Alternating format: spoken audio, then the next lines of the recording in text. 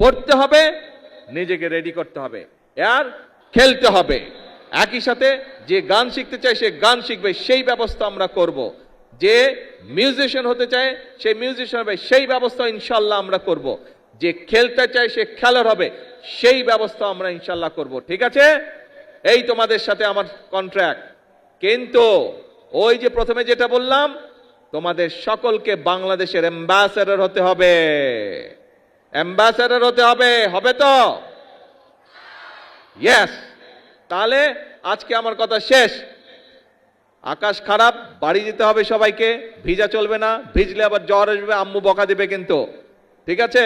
ভেজা যাবে না। আমরা অনুষ্ঠান শেষ করে দিব তাড়াতাড়ি, সোজা সুন্দর বাড়িতে যেতে হবে। ঠিক আছে?